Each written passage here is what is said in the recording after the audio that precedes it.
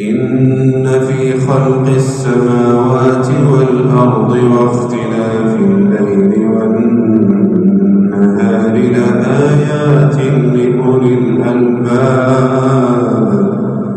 لآيات لأولي الألباب الذين يذكرون الله قياما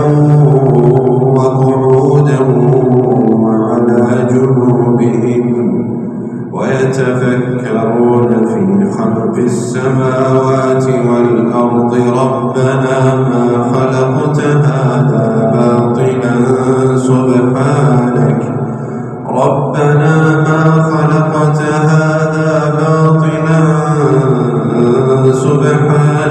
فقنا عذاب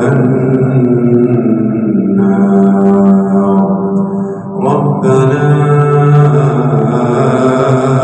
إنك من تدخل النار فقد أخزيته وما للظالمين من أنصار ربنا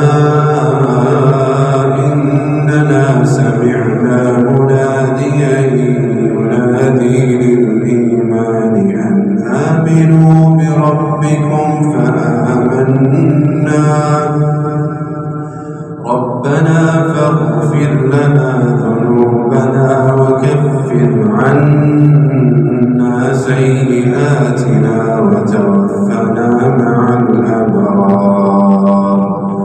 ربنا وآتنا ما وعدتنا على رسلك ولا تخزنا يوم القيامة إنك لا تخلف الميعاد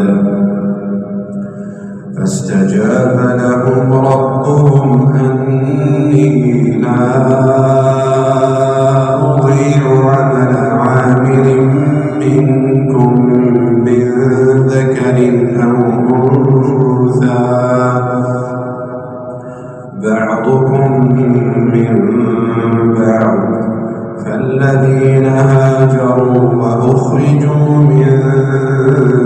ديارهم وأوذوا في سبيلي وقاتلوا وقتلوا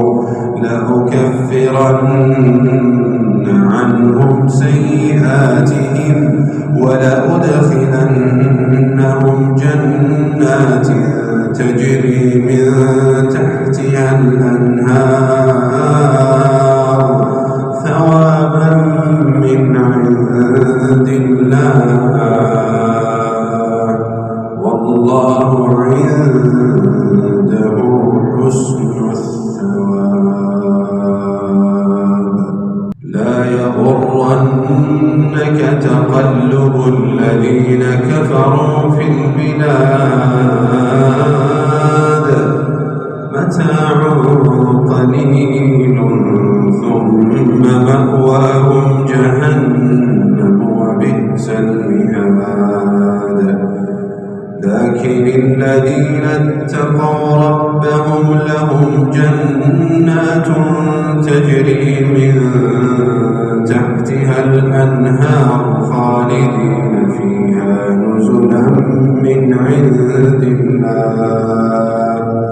وما عند الله خير للأبرار وإن من أهل الكتاب لمن